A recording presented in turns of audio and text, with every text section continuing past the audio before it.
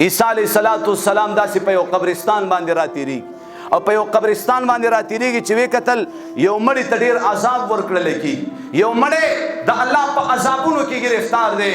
زما محترم حضرت عیسی علیه السلام لاړې او بیا چې په دې لار راځي زما محترم کم منظر ګوري چې هغه مړی چې یا په عذاب کې گرفتار وو یا هغه مړی په خوشحالو کې دی، زما عزتمندو په باغونو کې دی، په نعمتونو کې دی. الله ته وایي یا الله دا کم منظر وینم، دا کم منظر وینم. الله ورته فرمایي اے عیسی روح الله دا زما بندو، نافرمانه بندو، فاسقو فاجرو د دنیا په زندګۍ کې زما نافرمانه مې کړې وي، ډېرې خفه کړی وم.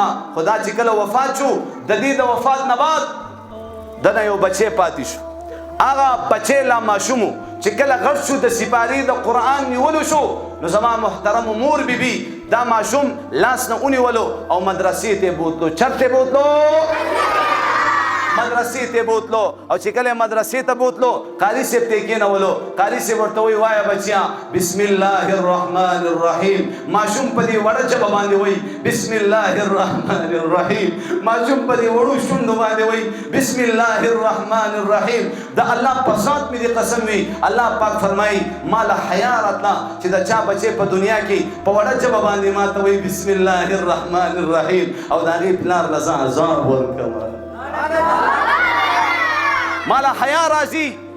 زما محترمو کمه مور کمه بیبي کمه زنانه چې خپل بچي ته چپړې سمې کړي چې دا بچی چرته روان دی؟ مدرسې له روان دی، قرآن زده کولو له روان دی. چپړې ورته سمې کړي. چپړې داسې تاسو ګورئ که نه هله بچی شابه چپړې واچوه، شابه مدرسې ټایم دی چپړې واچوه.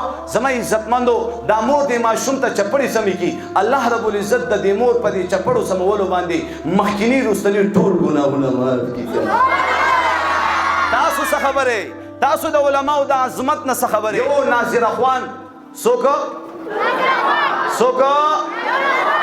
ناظر اخوان چې قرآن په ناظره ویلی وي او روزانه 200 آیاتونه تلاوت کوي. سونا د ملګرو قرآنونه ختم کړي دي که نه دي ختم کړي؟